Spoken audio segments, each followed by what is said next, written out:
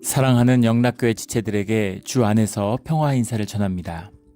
오늘은 2023년 12월 20일 수요일입니다. 오늘의 묵상 본문은 사도행전 12장 1절로 25절까지의 말씀입니다. 오늘 본문 말씀 12장 1절부터의 말씀은 이렇게 시작합니다. 그때 헤롯 왕이 손을 들어 교회 중에서 몇 사람을 해하려 하여, 헤롯 왕이라는 이름이 나오는데 성경에 이제 헤롯 왕이 여러 명 나오죠. 헤롯 왕의 한번 그 가계를 정리해 볼 필요가 있을 것 같습니다. 헤롯의 왕조라고 하는 것은 이제 주전 1세기 한 55년경부터 AD 93년경 마지막 이제 로마가 멸망하고 헤롯의 이제 완전히 왕가가 소멸하는 그 시기까지의 로마 황제를 대신해서 이제 팔레스타인과 그 인접 지역을 다스리던 에돔 왕조죠. 이둠의 왕조라고 부르는 에돔 족속의 왕들을 의미하는 겁니다.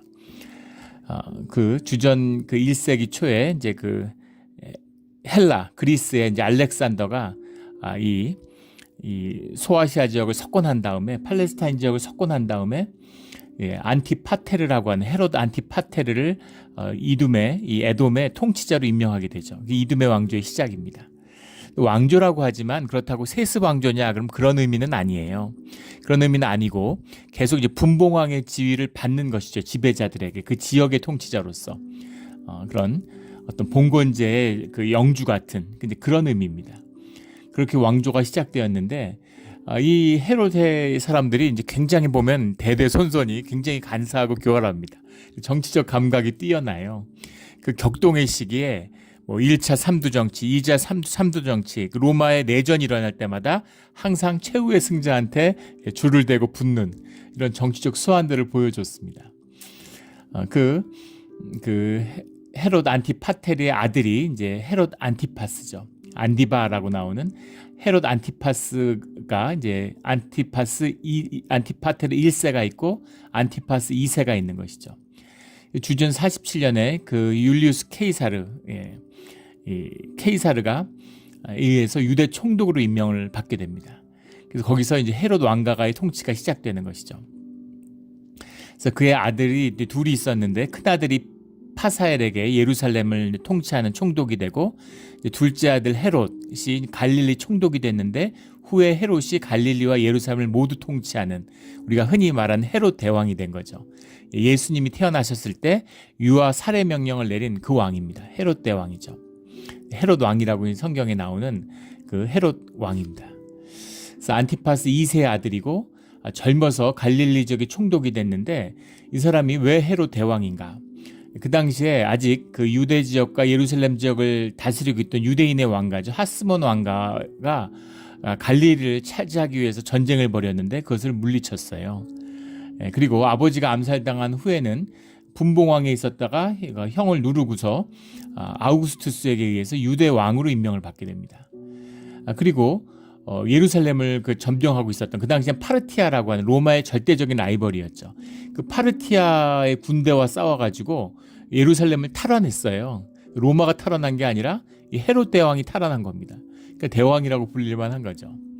그 다음에 이 사람의 또 다른 중요한 업적은 이 로마의 총독이 머물고 있는 팔레스타인 지역의 가장 핵심적인 지배 지역인 가이사라라고 하는 가이사라가 성경에 자주 나오는 도시죠. 그 가이사라를 세운 사람이 바로 이 헤롯 대왕입니다. 이 가이사라를 세우고 거기 이제 뭐 원형 경기장도 만들고 그랬다는 것이죠. 그러니까 상당히 부도 있고 팔레스타인에 대한 그런 통치력을 갖고 있었다라는 걸 볼 수 있고 무엇보다 결정적으로 유대인들이 헤롯 대왕이라고 이 에돔의 왕이었던 헤롯을 높였던 건 주전 20년에 예루살렘의 성전 재건 사업이라고 해서 흔히 뭐 헤롯 성전이라고 부르는 제2성전이라고 불리는 제2성전은 아니죠. 제2성전을 세워졌다가 허물어진 성전을 재건하는 그 일을 이루게 되는 겁니다. 성전을 재건하고 성전에 대한 그런 어떤 돕는 것 이런 것들을 이렇게 그 제2건축을 이뤄냈기 때문에 그 사람을 전부 다 이제 헤롯 대왕이다라고 사람들이 이렇게 막 그 높이는 거예요. 그리고 사실은 에돔 족속이니까 정확히 유대인이 아니죠. 그런데 자신과 전쟁했던 하스몬 왕가의 그 딸이었던 후손이었던 마리암이라고 하는 이제 사람과 결혼을 해서 하스몬 왕가를 잇는다. 정통 유대 왕조를 하스몬 왕조가 유대인들에게 굉장히 주도한 중요한 이제 정신적인 뿌리잖아요. 하스몬 왕가와의 자기가 이제 사위가 돼서 뿌리를 이었다라고 하는 이제 그런 걸 보여주는 거죠. 유대인들을 존중하는 것을 보여줬기 때문에 유대인들이 이제 헤롯 대왕이다. 헤롯 안티파스 2세를 헤롯 대왕이다. 아들인 이 헤롯을 이제 그냥 헤롯 더 그레이트, 그 헤롯 대왕 이렇게 부르는 거죠. 그런데 개인적으로 굉장히 잔인하고 그 자기의 처가들을 전부 다 죽이고 아이들을 예수의 그 메시아의 탄생을 막기 위해서 유아들을 살해하고 이런 사람이죠. 그래서 그런 그 잔혹한 이런 면도 보여줍니다. 그래서 그의 아들, 계속 이상하게 또 헤롯 왕가는 그 둘째 아들로 그게 내려갑니다. 둘째 아들이 헤롯 안디바라고 나오는 헤롯 안티파스죠. 세례 요한을 처형한 왕입니다. 근데 별로 이제 그 유대인들에게 인기가 없었다고 그러죠. 이 팔레스타인을 지배했었던 것은 이 기묘하게 아주 그 줄을 잘 탔기 때문입니다. 유대인들이 지배하기가 어려운 사람들이에요. 자신들의 율법이 강력하고 종교를 구심점으로 뭉쳐있기 때문에 굉장히 그 통치하기가 어려운 목이 곧은 백성들인 거죠. 전통적으로 아주 드세고, 그래서 이것을 통치하기가 어렵기 때문에 또 인구도 많습니다. 그리고 그러니까 이 헤롯을 내세우는 이유는 분할 통치를 하기 위한 파르티아고도 싸워야 되고 또 게르만 지역에서 또 전쟁을 해야 되고 로마가 제국을 유지하기가 어렵기 때문에 여기에 군대를 보내지 않고 자치령으로서의 통치를 허락해 주는 것이죠. 또 반면에 유대인들 입장에서는 로마의 통치를 받는다는 게 견디기 어려운 것이죠. 그러니까 그 절묘한 세력 균형이 있는 겁니다. 로마에 대해서는 팔레스타인 지역을 직접 다스려 볼 거냐 이렇게 질문할 수 있는 거고 또 유대인들에게는 너희들이 로마의 통치를 직접 받을 거야 이런 겁니다. 그러니까 성전도 중건을 하고 또 뭐 하스몬 왕조와 결혼도 하고 이렇게 존중하는 이런 모습을 보이면서 또 로마에 대해서는 유다의 대표성을 주장하고 유대에 대해서는 이제 로마를 대신하는 이런 완화된 통치를 주장하는 이런 정치적인 줄타기를 잘 했던 것이죠. 근데 그 헤롯 대왕의 아들이었던 헤롯 안티파스는 그렇게 인기 있는 왕은 아니었습니다. 성경에도 나오고 있는 자신의 그 이복 형제였던 그 빌립의 아내 헤롯 2세라고 불렸던 죽었죠. 일찍 죽었는데 그 아내였고 또 자신의 친조카였던 헤로디아와 이제 결혼을 했죠. 이거는 아무리 뭐라고 해도 유대인들이 좋게 받아들일 수 없는 것이죠. 그것을 세례 요한이 책망을 받게 되자 마가복음에 나오는 이야기죠. 세례 요한을 옥에 가두었다가 그 헤로디아 딸의 요청을 받고 세례 요한의 목을 베는 그런 사건이 나옵니다. 예수님이 여우라고 추칭을 했죠. 협박, 속임수, 이제 그런 강교함에 등한 헤롯 안티파스의 특징이 이제 잘 나타나는 그런 모습입니다. 또 헤롯은 뒤에 빌라도에서 호송되어 온 예수님을 재판하는 데도 이제 관여가 되어 있죠. 그것이 이제 헤롯 안티파스고 헤롯 대왕의 손자고 헤롯 안티파스의 아들인 헤롯 아그리파 1세가 오늘 본문에 나오는 헤롯 왕입니다. 헤롯 대왕의 손자 또 헤롯 그 안티파스의 아들 다 헤롯 왕이라고 나오는데 이 왕은 헤롯 아그리파 1세죠. 그래서 오늘 나오는 사도 중에 첫 번째 순교자였던 야고보를 죽인 왕입니다. 야고보를 죽인 왕으로 유명한데 또 야고보가 이제 굉장히 교만한 그런 사람이었던 것 같아요. 오늘 성경 본문에 나오는 사건이고 그 요세푸스의 유대 고대사라고 하는 요세푸스는 이제 크리스찬이 아니죠. 유대 고대사를 기술했는데 거기에서 헤롯 안티파스가 아주 극적인 죽음을 맞게 돼요. 헤롯 아그리파 1세가. 오늘 그것을 성경에서는 하나님이 주의 사자를 보내서 치셨다라고 이야기를 합니다.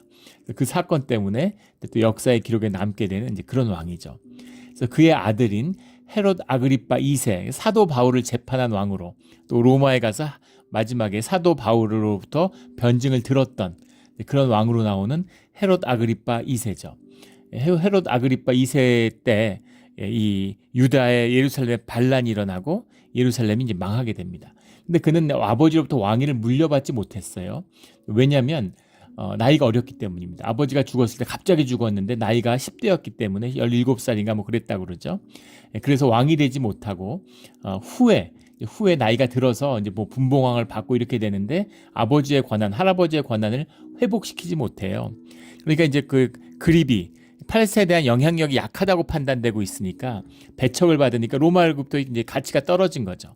그리고 결정적으로 이제 예루살렘의 봉기 주 70년에 있었던 그것을 완전히 무력으로 진압하게 되면서 더 이상 헤롯 왕가의 의미가 없는 거죠. 그래서 완전히 이제 권한을 잃어버리고 그리고 이제 로마로 소환되었다가 뒤에 로마에서 그냥 행정관을 하다가 사라지면서 헤롯 왕가가 역사 속으로 사라지고 맙니다. 근데 그 헤롯 아그리파 1세가 이제 굉장히 이 로마의 통치 지배하에서 이제 권한이 막강했는데 그 권한이 막강했던 이유는 그가 인질로, 그러니까 이제 분봉왕이니까 충성하게 하기 위해서 인질로 어린 시절 로마에 가서 이제 훈련을 받았다는 거죠. 로마에 가서 이제 교육을 받고 로마에서 자랐다는 겁니다. 그러니까 사실은 이제 라틴어도 능란하게 하고 아마 헬라어도 당연히 잘했겠죠. 그런 교육을 받은 사람이고 유다나 팔레스타인하고는 이제 좀 관련이 없는 그런 인물이었는데 결정적으로 그 클라우디우스 황제가 이제 이 유명한 그 칼리큘라라고 그러죠. 가이우스라고 하는 로마의 왕정이 케이사르가 이제 황제를 세우고 공화정을 무너뜨리는 역할을 하다가 암살당하죠. 그래서 그의 양아들이었던 아우구스투스가 이제 최초의 황제가 됩니다. 그 뒤로 나오는 아구스도라고 나오는 건 아우구스투스를 얘기하는 거고 이 로마 황제의 이제 이름이 되는 거죠. 케이사르. 지금의 그 뭐 독일의 황제였던 카이저, 러시아의 짜르 이런 게 전부 다 이 케이사르, 이 율리우스 케이사르의 이름에서 나온 거죠. 그 이름이 황제 호칭이 됐어요. 아우구스투스 맞습니다. 아구스도라고 하는 아우구스투스. 그의 아들이 이제 티베리우스죠. 여기까지 괜찮은데 그의 다음이 이제 가이우스인데 가이우스가 우리가 잘 아는 칼리귤라입니다. 아주 그 나쁜 황제의 전형이죠. 칼리귤라가 암살을 당한 다음에 이제 클라우디우스가 황제가 되는데 이 클라우디우스가 황제가 되는데 큰 역할을 했다고 하죠.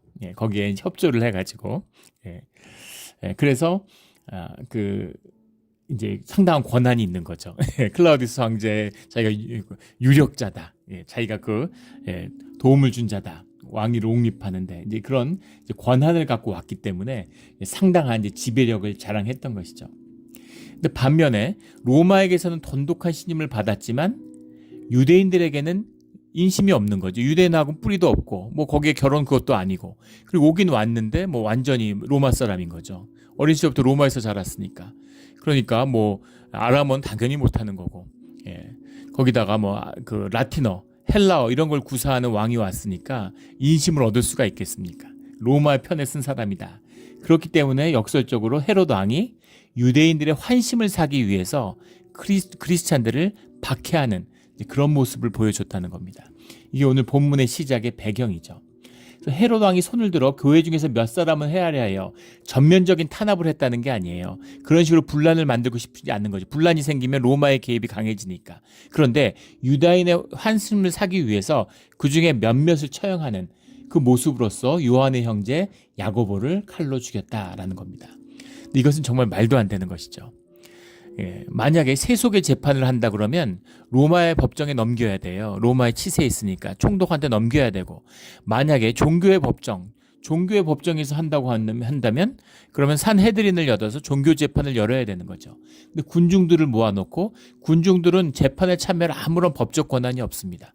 근데 그런 대중적인 열기, 어떤 요즘 얘기하는 퍼퓰리즘이죠. 사람들에게 환심을 사기 위해서 흥분한 사람들을 모아놓고 그 앞에서 사람을 처형해서 죽이는 겁니다. 그래서 이거는 로마식도 아니고 유대식도 아니고 아무것도 아니에요. 늘 학정을 하는데 사람들이 이것을 기뻐하는 거죠. 우중, 어리석은 이런 군중의 광기 이런 것을 이용하는 것이죠. 이게 항상 동서고금을 막론하고 악한 지도자들은 늘 이제 이런 것을 쓰는 거예요. 사람들이 타락하니까 한 2, 3일 됐나? 한 이틀 전인가요? 뉴햄프셔에서 유세를 하는데 전직 대통령이었던 트럼프가 이민 정책을 비판하면서 이민자들이 미국의 피를 오염시키고 있다 이런 표현을 했습니다. 미국이 발칵 뒤집혔죠. 언론에서 뭐 온갖 뭐 추악하고 온갖 히틀러가 쓰던 표현이라는 거 아니에요. 피를 오염시켰다고. 미국의 피가 뭡니까? 이민자의 나라인데 이민자의 나라인데 예전에 오염된 피가 뭐였는데 지금 이민자들이 피를 오염시키나요? 무시무시한 발언이죠. 근데 뭐 히틀러 같이 그런 뭐 인종 청소를 하겠다 이런 마음을 갖고 있겠어요? 근데 이제 미국의 어떤 이민 정책에 불만을 갖고 있는 주류 백인 사회 여기에 환심을 살려고 그러는 거겠죠. 그걸 자꾸 자극해야 되니까 그것도 이제 포퓰러리즘이 경쟁을 하니까 점점 자극적인 말을 하니까 이제 그런 얘기가 나온 것이겠죠. 그러나 아무리 그래도 쓸 수 없는 말이 있는 것이죠. 근데 그런 말을 서슴없이 쓰는 겁니다. 어떻게 그런 말을 쓸 수 있을까? 인종주의의 병든 군중이 우중들이 있기 때문이죠. 그런 겁니다. 그래서 그런 이제 대중의 환심을 사기 위해서 야고보를 박해하는 야고보의 순고가 일어났다. 여기 야고보는 이제 세베대의 아들 요한의 형제 야고보죠. 베드로와 요한과 야고보가 세 명이 함께 다니는 늘 주님과 동행하는 그런 중요한 제자 중에서도 중요한 역할을 했던 제자인데 첫 번째 순교자가 됩니다. 사도들 가운데에서. 알페오의 아들 야고보가 있고 예수님의 제자 가운데는 또 사도행전에 중요하게 나오는 예수의 형제였던 로드브라더 야고보가 있죠. 오늘 17절에 나오는 야고보입니다. 야고보라는 이름이 여러 번 나오는데 세베대의 아들 야고보죠. 3절에 유대인이 이 일을 기뻐하는 것을 보고 베드로도 잡으려 할세. 야고보를 잡아 죽이니까 말씀을 전하다가 이제 잡아서 즉결 처분을 했는데 사람들이 기뻐하는 걸 보니까 이거 아주 된수구나. 그리고 베드로가 그 중에 이제 가장 그 수장이다 이렇게 좌장이다 알려져 있으니까 그럼 베드로도 잡아 죽여야 되겠다. 그런데 그때가 이제 무교절이었다는 것이죠. 잡음에 옥에 가두어 군인 내직 내패에 맡겨 지키고 6월절 후에 백성을 위해서 끌어내고자 하더라. 6월절과 무교절은 섞여서 쓰죠. 유교절 이후에 그 새해 뭐 3월 중순부터 4월 중순에 걸치게 돼 있는 새해 15일인데 보통 14일 저녁에 시작하는 것이죠. 14일 저녁에 시작해서 밤을 지새고 15일부터 무교절이 일주일간 지속되는데 다 합쳐서 유교절 무교절을 합쳐서 6월절이라고도 하고 또 뭐 구변해서 반대로 무교절 6월절을 합쳐서도 무교절이라도 부르고 이게 이제 같이 섞여서 쓰기 때문에 정확하게 날짜를 구분하기는 어렵습니다. 분명한 것은 뭐 6월절 전에 잡았을 것이다, 후에 잡았을 것이다 하는데 지금 법을 안 지키는데 뭐 전에도 잡을 수 있고 후에도 잡을 수 있었지만 6월절 기간이니까 그 가운데 사람들이 성스럽게 여기는 기간인데 종교의 절기인데 사람을 죽이고 피를 흘릴 수는 없는 거죠. 그러니까 이제 잡아놓고 무교절이 끝나고 나면 그때 끌어내서 죽여야지 하고 가둬넣었다는 겁니다. 근데 이때가 베드로의 세 번째 투옥이죠. 4장에서도 한번 투옥됐었고 5장에서도 한번 투옥된 이야기가 나옵니다. 세 번째 투옥인데 두 번 다 잘 도망을 갔어요. 그러니까 이번엔 철저하게 이제 가두는 거죠. 베드로는 옥에 갇혔고 교회는 그를 위하여 간절히 하나님께 기도하더라. 아마 베드로가 이때가 순교의 때가 아니었을까 싶습니다.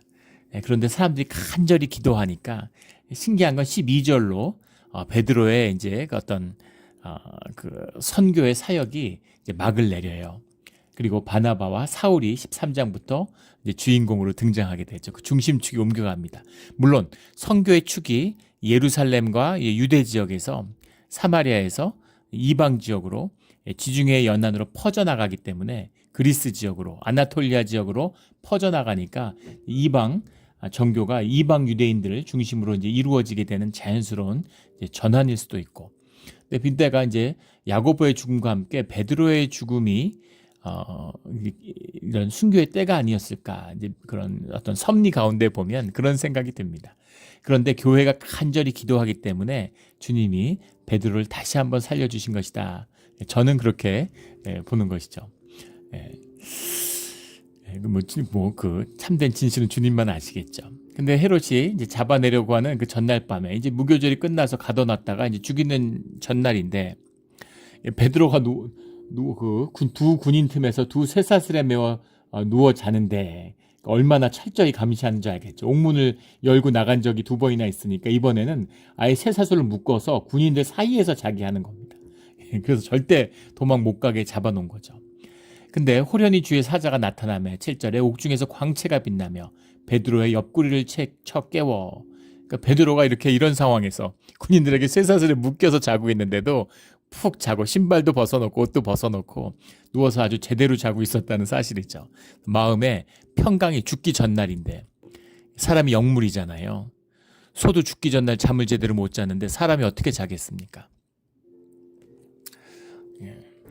예전에 제가 그 영국에서 섬겼던 교회에 이제 잠시 이제 교환으로 연구원으로 와 있었던 시민단체에서 이제 활동하던 분이 계셨어요.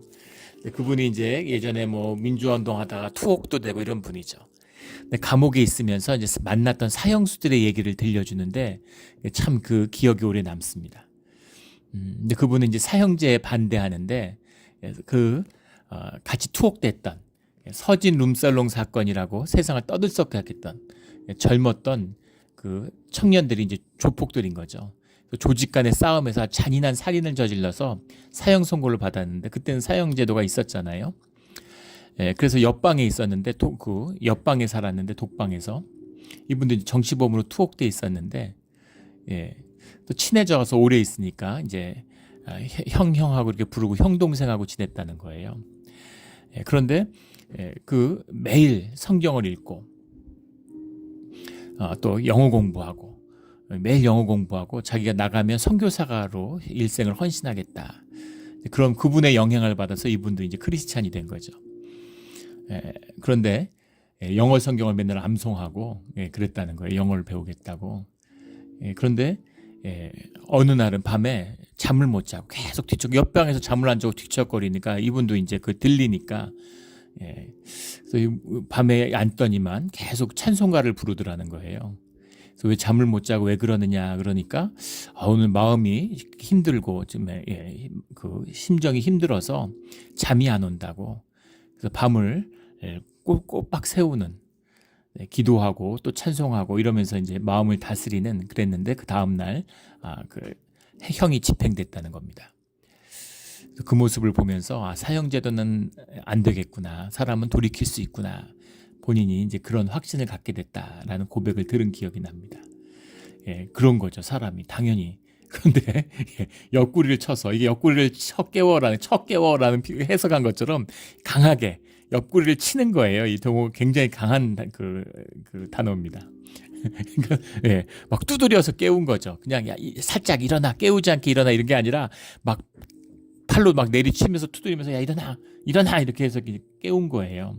그렇게 깊이 평안하게 잠을 목숨 내놓은 거죠. 뭐 죽으면 죽고 살면 살고 편안하게 밤에 잘 자는 겁니다.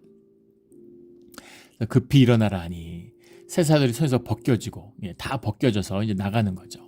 나가면서도 따라가면서도 너무 이게 생신인 줄 모르고 환상을 보는 거 아니라 뭐 빛이 환하고 천사가 자기를 인도해 내니까 꿈꾸나 보다 환상인가 보다 이렇게 생각했다는 거죠. 천사를 통해서 탈출하게 되는 이야기입니다. 이런 이야기를 보면 예전에도 몇 번 나눈 적이 있었던 것 같은데 한 집사님에게 들었던 그런 고백이 기억이 납니다. 간증을 하시는데 이분이 이제 단기 선교로 러시아에 가서 이렇게 단기 선교를 갔는데 러시아가 또 그런 인종주의 막 그런 구구 단체들 이런 게 굉장히 성행한다는 거예요. 조심해야죠. 유학생들도 막 몰매 맞아가지고 큰일 변을 당하고 이런 뉴스들이 나오잖아요. 근데 이분들이 이제 같이 길에서 노방 전도하다가 일행을 잃어버린 거예요. 열심히 전도하다 보니까. 근데 뭐 어디가 어딘 줄도 모르고 러시아 말도 못하고 그래서 길을 헤매는데 스킨헤드족이라고 그래요. 머리를 빡빡 깎은 그런 인종주의자들, 구구 인종주의자들을 만난 겁니다. 두려움이 있고 그 사람들이 막 와가지고 이제 슬슬 시비를 걸기 시작하는데 갑자기 한 젊은 남자가 젊은 남자가 오더니 얼굴도 하얗고 눈도 새파란 젊은 남자가 오더니 손을 꽉 잡더니 따라오라고 그러더니 막 같이 손을 잡고 뛰어가지고 지나가던 버스에 올라탔다는 거예요. 그래서 그 위기를 벗어났다는 겁니다. 그러더니 버스가 쭉 가는데 갑자기 열리더니 여기서 내리라고 저 길 건너가면은 너가 자는 호텔이니까 가면 된다 내리라고 그러고 가더라는 거죠. 너무 경황이 없고 정신이 없으니까 그렇게 인도함을 받아서 호텔방에 왔는데 호텔방에 와서야 그 사람은 누구지? 그 젊은 청년은 누구지? 이런 생각이 들었다는 거예요. 진짜 이상한 일 아닙니까? 자기가 누군 줄 알고 자기가 누군 줄 알고, 그리고 그 사람이 하는 얘기를 자기가 다 알아들었는데 정신없이 알아듣고 따라는 왔지만, 하는 말을 다 듣고서 따라는 왔지만 그 사람이 무슨 언어로 말을 했을까?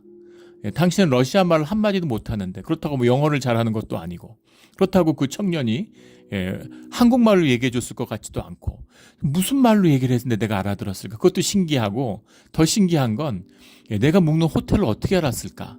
내가 어느 호텔에서 나왔는지를 어떻게 알았지? 같은 호텔에 투숙하는데 아침부터 뭐 뒤따라온 게 아니라면 어느 호텔에서 나왔는지를 어떻게 알고 거기다 내려줬을까? 그래서 마음속에 이 사람이 천사구나, 이런 생각을 했다는 거예요. 저도 그런 경험들이 있습니다. 집사람이 아파서 처음에 병원 갔을 때인데, 처음에 아팠을 때도 저희 외국이니까 이제 보험 처리가 안 되죠. 근데 그걸 해결해 준 분이 이제 그 헬스 디파트먼트의 직원이었는데, 그분도 그랬고, 또 병원에 가서도 그 유명한 이제 뭐 의사가 있어서 이제 그 UCSF를 갔는데, 그분이 너무 유명한 뭐 다큐멘터리도 나오고 그런 유명한 의사인데, 환자가 꽉 차서 환자를 안 받는 겁니다. 환자를 안 받는데, 저희 검사를 해줬던 의사가 또 목사님 아들이라 그러면서, 미국 이제 의사죠. 근데 그렇게 막 울면서 같이 기도를 하고, 거기서 본인이 편지를 썼어요. 이 환자를 꼭 받아달라고. 그 편지를 보내가지고 이제 저희를 받게 됐습니다. 그런 분도 있었고, 또 저희가 이제 집사람이 이제 1년 동안 저희가 안식년으로 왔기 때문에 집사람이 이제 F1이고 저희가 F2 동반자 비자였습니다. 집사람이 떠나면 우리가 전부 다 이제 불체자가 되는 거예요. 그러니까 제 비자를 이제 박사과정이 다시 입학을 시켜서 F1 비자로 학교에서 바꿔줬죠. 근데 그 과정을 학교 직원이 도와줬는데, 원래 변호사가 있어야 되잖아요. 이민 변호사가. 근데 이제 그 학교 직원이 내가 법대나고 내가 변호사라고, 그래서 아무 걱정하지 말라 그러고 그 모든 과정을. 근데 그때 뭐 장례나고 뭐 완전히 뭐 제정신이 아니었기 때문에 그런 일을 할 여력이 없었는데, 정말 혼신의 힘을 내서 그 모든 걸 다 처리해 줬습니다. 학교에 그 뭐 분들도 그렇고, 어려운 일이 있을 때마다 믿어지지 않는, 어떻게 사람이 사람한테 이렇게 잘해줄 수가 있을까? 믿을 수가 없는 따뜻함과 친절함과, 단지 일을 도와주는 게 아니라 그 신앙 안에서 기도해주고, 용기를 잃지 말라고 매일 기도해주고. 그래서 그런 마음이 들었어요. 세상 가운데 마치 사람인 척 스스로를 숨기고 살아가는 천사들이 있는 것 같다, 이런 마음이 들었습니다. 그런 사람들, 천사와 같은 사람들을 만나게 되는 것이죠. 진짜 뭐 천사인지 천사와 같은 사람인지, 또 뭐 성령이신지 그걸 우리가 뭐 어떻게 알겠습니까마는, 하나님이 보내시는 은혜의 손길이 있는 거죠. 그 은혜의 손길이 떠나지 않는, 주님의 보호하심이 떠나지 않는 우리 신앙의 자리가 되기를 주의 이름으로 축원합니다. 11절에 베드로가 정신이 들어 이르되, 내가 이제야 참으로 주께서 이 천사들을 보내어 나를 헤롯과의 손과 유대 백성의 모든 기대에서 벗어나게 하신 줄을 알겠노라 하는 중요한 고백. 이제야 참으로, 알았지만, 알고 동의했지만 깨달은 것이죠. 주님의 뜻이 정말 이것이었구나라는 것을. 근데 이 말이 와닿아요. 유대 백성의 모든 기대에서 벗어나게 하신 줄. 베드로를 죽이고 싶어하는 기대에서 벗어나게 한 뜻도 있었겠지만, 유대 백성의 기대, 유대 관습의 기대, 유대인이라는 정체성의 기대에 묶여있는 그런 자기 자신에게서 벗어나게 됐다라는 고백일 수 있는 것이죠. 그렇잖아요. 여러 기대에 묶여 살아가는데 그런 기대가 자기를 묶고 있는 거죠. 근데 그런 기대에서 자유롭고 벗어날 수 있게 된 것이죠. 예전에 뭐 이름만 대면 알만한 한국의 큰 교회 이제 담임 목사님이세요. 근데 그 목사님이 이제 같이 무슨 공동체 운동 이런 걸 하다가 알게 됐는데, 그분이 그런 고백을 하시는 걸 들은 지 굉장히 솔직한 고백이죠. 기도원에서 그런 말씀을 하세요. 자신의 연약함을 고백하면서, 그분이 이제 굉장히 명문대를 나오고 뭐 공부도 많이 하고 그런 분이죠. 엘리트죠, 완전히 사회적으로도. 근데 그 대구 출신인데, 대구에서 많은 부모의 기대를 받고 자랐다는 겁니다. 근데 대구 정서라는 말이 있죠. 그 영남 정서이기도 하죠. 조선시대 내내 이 4번의 사화를 겪으면서 핍박을 받았던, 기호학파가 철저하게 정계를 장악하고 있었기 때문에 영남학파에서 계속 개나리 보찜지고 문경세제를 넘어서 과거를 보는 겁니다. 살림을 좀 이루어서 새가 되면 또 짓밟히고 또 짓밟히고, 그걸 끊임없이 도전하는, 짓밟히는 그런 그 영남의 정서가 있죠. 그래서 영남이 대구가 유명한 야도였죠. 지금은 완전히 뒤집어졌지만, 그 박정희가 삼선 개헌할 때 박정희 대통령이 김대중 후보와 충돌했잖아요. 붙었죠. 근데 그때 대구에서 박정희 대통령이 크게 졌습니다. 박정희가. 그리고 오히려 호남에서 몰표를 얻어가지고 이겼어요. 간신히 이겼죠. 그런 시절이 있었습니다. 지금 뭐 믿어지지 않는 반전인데, 그런 영남 정서가 있어요. 그래서 영남에서는 뭔가 문경세제를 넘어가서 입경해서 성공해야 된다라고 하는 사회적인 압력, 어떤 암묵적인 압력, 그게 굉장히 강하다는 거예요. 이 입신 양명에 대한. 그래서 그런 분위기에서 자라고 또 엘리트고 명문대학을 나오고 이랬으니까 부모의 기대, 가족의 기대, 또 가족들의 희생, 이런 거 위에 자랐는데 당신이 이제 주님을 영접하고 목사가 된 거죠. 그런데 그런 그 기대가 늘 마음에 짐이 되었다는 거예요. 알게 모르게, 무의식적으로. 그래서 목사를 해도 큰 교회의 목사가 돼야지, 목사로서도 성공해야지, 뭔가 존경받고 사람들에게 명망이 있는 목사가 돼야지, 그런 마음이 늘 있었다는 겁니다. 그 자신을 묻고 있었다. 그런 고백을 들은 기억이 있습니다. 그분이 농담처럼 웃으면서 그 죽어도 이민교에서는 죽지 못하고 십자가에선, 광화문에서 십자가에 못 박혀 죽으면 죽을 수 있어도 이민교에서 십자가에 못 박혀 죽고 싶진 않은 그런 마음이 있었다, 이런 고백을 하시더라고요.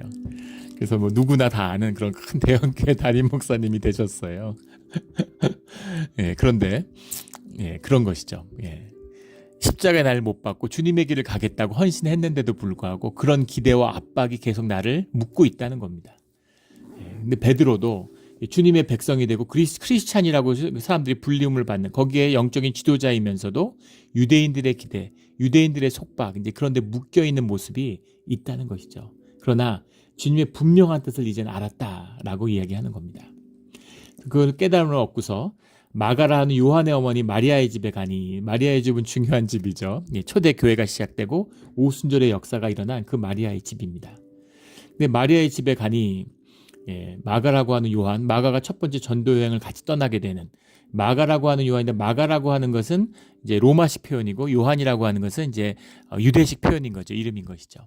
바울도 마찬가지죠. 바울이라고 하는 건 로마식 이름이고 사울이라고 할 때는 이제 유대식 이름인 거죠.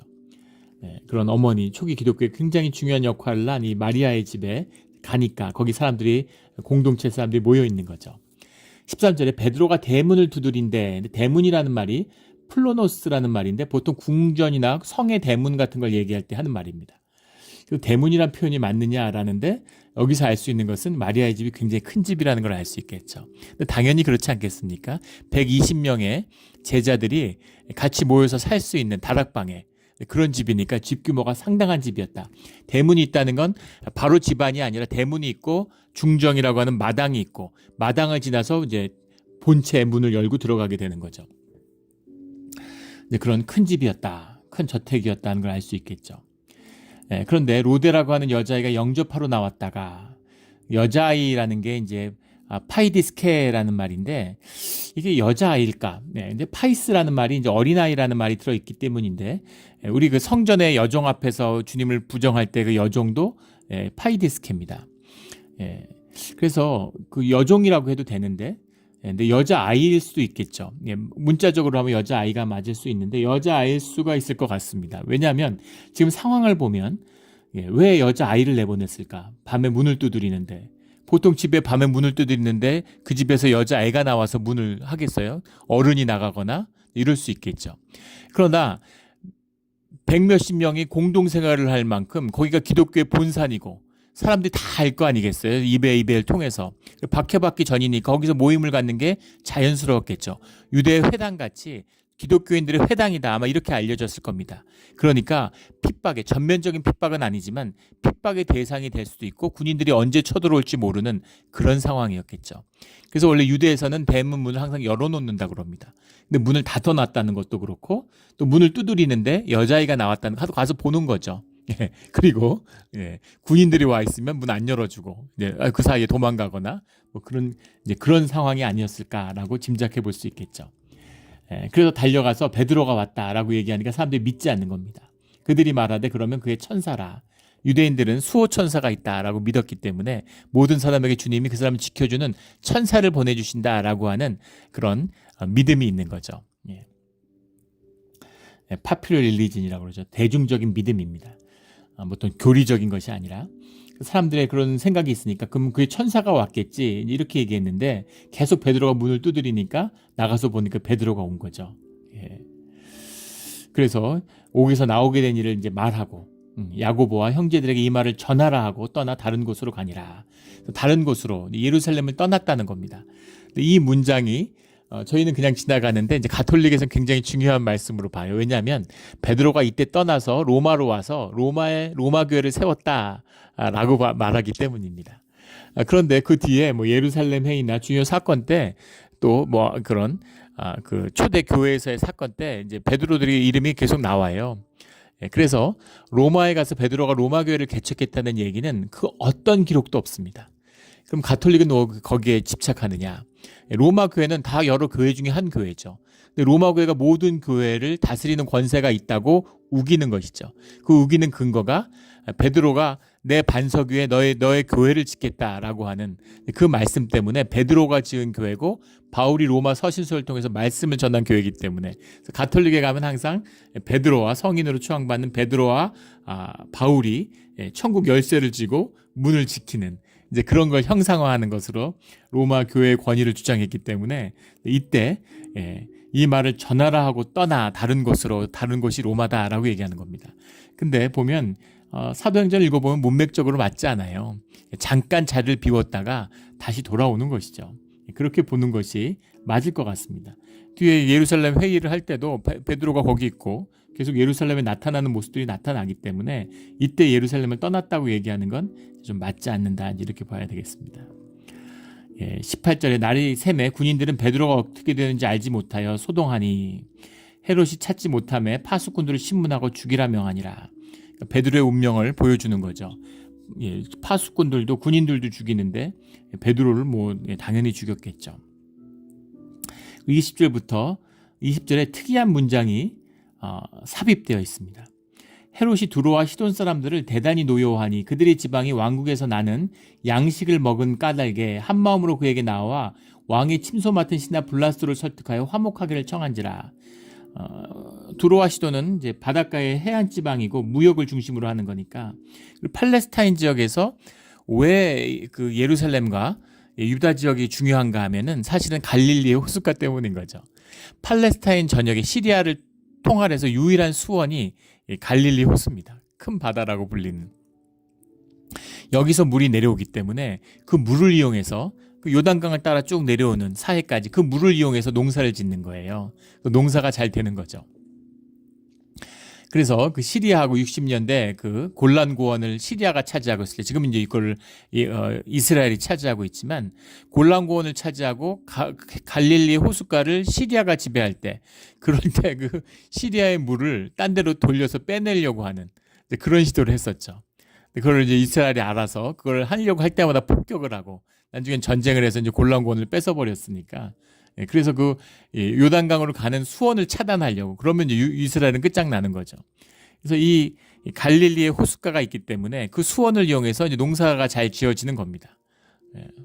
그러니까는 그 레바논에 있는 지역은 거기는 뭐 살림이 많고 무역을 하니까 그 무역품을 가져다가 양식을 받고 가야 되는 거죠.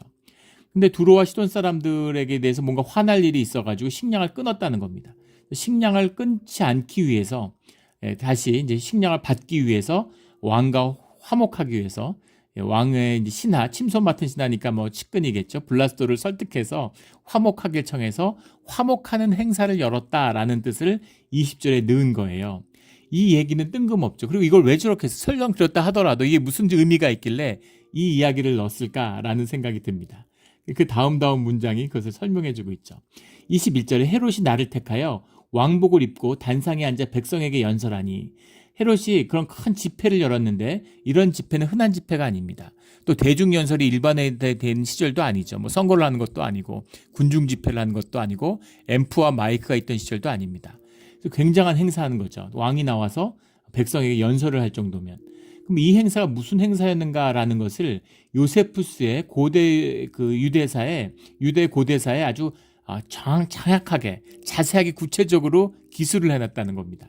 정확하게 기술을 해놨는데 그때 그 클라우디오 황제가 영국을 정복하죠. 율리우스 케이사르가 원래 한번 정복을 했지만 그건 부분적인 것이었고 클라우디우스가 완전히 영국을 이제 지배하게 됩니다. 그래서 영국을 지배한 브리타니아를 개척한 것에 대한 환국하는 개선 행진을 하는 날이었다는 거예요. 그러니까 제국 일대에서 그걸 축하하는 행사를 열었다는 거죠. 그 행사가 가이사라에서 열렸는데 그때 헤롯이 나와가지고 사람들에게 연설도 하고, 근데 헤롯의 이 연설이 굉장히 중요하고 왜 역사에 자세히 기록됐냐면 헤롯이 이날 이후에 닷새 만에 극적으로 죽었기 때문입니다. 그러니까 헤롯이 죽음이 헤롯 왕가의 몰락이고 독립적인 분봉왕이었던 사실은 유다 왕국의 몰락을 의미하는 거기 때문에 이날의 사건이 굉장히 중요한 사건인 것이죠. 그런데 문제는 22절의 말씀입니다.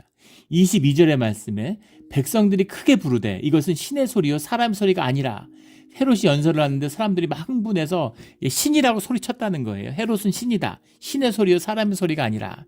이렇게 표현했는데 사실은 로마의 전통 가운데서는 이 황제를 신으로 숭배하니까, 또 그리스 문화가 지중해안에 팽배되어 있고 그런 인격신 같은 인신, 반신반의, 드미갓이라고 그러잖아요. 반신, 사람 같기도 하고 신 같기도 한, 그래서 막 질투하고 막 인간하고 삼각관계도 하고 이런 신들. 그러니까는 사실은 유대인들이 느끼는 신관념하고 완전 다르죠. 그래서 황제를 신이라고 그렇게 숭배를 해요. 그런데 헤롯을 신이라고 사람들이 소리쳤다는 것이죠. 충격적인 모습이죠. 있을 수 없는 일입니다. 가이사라는 유대 지역인데 유대인들, 백성들이 크게 부르되 백성들은 도대체 누구였을까라는 거죠. 아무리 타락하고 아무리 뭐 부패해도 유대인들이 헤롯을, 거기다 에돔 쪽이잖아요. 반해프 유대인인데 사실 이때 해프도 아니죠. 하도 이제 피가 섞여서 유대인도 아닌 에돔 출신의 헤롯 왕을 또 거기다가 뭐 자신들 비위를 좀 맞춰줬다고는 하지만 로마에서 자라고, 이때 연설도 분명히 아마 헬라어로 했겠죠. 그런 헤롯 왕을 신이라고 소리쳤을까? 말도 안 되는 사건인 거죠. 누가 읽어도 이건 말이 안 돼. 어떻게 유대인들이 이럴 수가 있어? 이것에 대한 답이 20절의 말씀인 겁니다. 시돈과 두로 사람들이 와서 소리쳤다는 거죠. 그 사람들이 와서 신의 소리라고 소리쳐. 아부하러 온 거잖아요. 화해하러 왔으니까 아부하는 김에 이제 화끈하게 아부도 하고. 그래서 보면 이 맥락적으로 보면 시돈과 두로와 화해하기 위한, 화해를 위한 행사였던 것처럼 그렇게 보이기 쉬운데 사실은 이제 요세푸스의 그 기록에 보면 시돈과 두로와 하나 되는 행사가 아니라 이 로마의 클라우디오 황제의 개선을 축하하는 모임이었다라고 역사에 기록하고 있는 겁니다. 그러니까 시돈과 두로도 이제 그 팀에 같이 왔을 것이고, 또 로마의 압력도 분명히 있었겠죠. 시돈과 두로가 같은 총독의 지배하에, 로마의 지배하에 있는데 팔레스타인에서 쌀을 안 줍니다. 밀을 안 줍니다. 이렇게 얘기하니까, 보리를 안 줍니다. 이렇게 얘기하니까 야, 줘.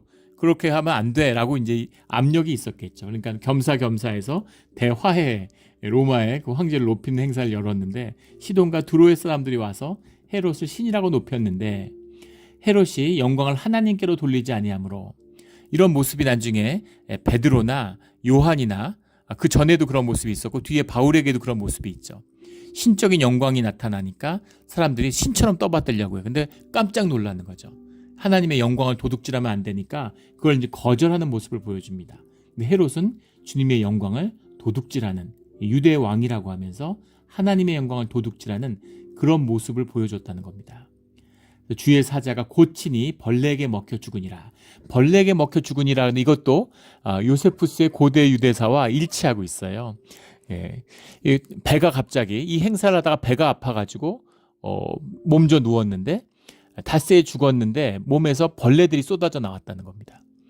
그래서 벌레들이 이제 먹어서 죽었다. 비참한 죽음을 말하고 있는 것이죠. 그래서 아마 이제 뭐 여기 더운 지역이니까 뭔가 뭐 맹장염이나 급성 맹장 이런 걸로 죽을 수도 있었겠죠. 근데 죽은 다음에 사체가 급격히 부패하니까 그 안에서 왕의 이제 시체 안에서 벌레들이 나오는 뭐 그런 아주 비참한 죽음. 근데 이것이 상징적으로 유대인들에게는 하나님의 벌을 받은 신의 견책을 받은 그런 비참한 죽음의 대명사가 된 거죠. 그래서 고대 유대사에도 이것이 기록되어 있습니다. 그러니까 비참한 죽음은 맞겠죠. 헤롯뿐만이 아니라 사실은 뭐 도미티안 황제, 네로 황제 이렇게 그 기독교를 탄압했던 대표적인 황제들이 다 비참한 죽음을 맞이합니다. 그것도 뭐 거기 뭐 주님이 치셨다 이런 말은 없지만 결코 그런 사람들이 복된 죽음을 맞을 수는 없겠죠. 24절에 하나님의 말씀은 흥왕하여 더하더라. 순교가 나타나고 핍박이 있었지만 하나님의 임재와 말씀은 그 순교를 통해서 믿음의 자녀들의 순종을 통해서 점점 더 흥왕하여 더하더라. 바나바와 사울이 부조하는 일 마치고 마가라 하는 요한을 데리고 예루살렘에서 돌아오니라. 이 사건은 사실은 이때의 사건은 아니고 46년경의 사건이었다고 봅니다. 이 사건은 44년경의 사건이기 때문에 그러니까 아마 44년에서 46년 사이에 있었던 일이겠죠. 예루살렘으로부터 안디옥으로 그 복음의 전파가 전하여가는 그 시작을 연결하는 연결고리죠. 예루살렘에 왔다가 바나바의 누나잖아요, 마리아가. 이 집안은 어떻게 이렇게 다들 믿음이 좋은지. 그 구레네 사람 시몬의 집안, 알렉산더와 루포의 어머니, 로마서에 나오는 루포의 어머니는 나의 어머니다라는 그 표현처럼 안디옥 교회의 사람들이죠. 내일 나누게 되는 말씀인데 그 집안과 함께 초대 교회사에 있어서 굉장히 중요한 그 집안이죠. 그래서 바나바가 그 마가라고 하는 요한을 이제 조카를 데리고 사울과 함께 예루살렘으로부터 새로운 사역을 위해 나아갔다라는 그 말씀으로 마치고 있습니다. 고난과 핍박이 있으면 늘 말씀이 흥왕하고 주님의 교회가 더 일어나는 그런 일들이 일어나요. 현상적인 아픔, 현상적인 두려움, 현상적인 뭐 고난 이것이 중요한 것이 아니라 주님의 섭리의 역사, 본질의 역사가 어떻게 흘러가느냐 이것이 중요한 것이죠. 본질이 늘 실제화되는 것이기 때문에 그 본질의 회복 이것이 교회의 역사다라는 말씀을 증거하고 있습니다. 우리 늘 주님의 뜻 가운데 어떤 핍박과 고난이 있더라도 말씀이 흥왕하여 가는 그것이 우리의 믿음의 실제가 되기를 본질이 되기를 예수 그리스도 이름으로 축원합니다. 아멘. 기도드리겠습니다. 하나님 아버지 감사합니다. 오늘 야고보의 순교와 베드로를 구해주시는 주님의 은혜를 말씀을 만납니다. 순교도 주님의 축복이고 또 순교로부터 구해주시는 것도 주님의 축복인 것을 믿습니다. 주님 살아서 숨쉬는 동안 마지막까지도 주님의 소명 가운데 쓰임받는 그런 귀한 우리 모두의 삶의 자리, 믿음의 삶의 자리가 되게 하여 주시옵소서. 감사하며 예수 그리스도의 이름으로 기도드렸습니다. 아멘.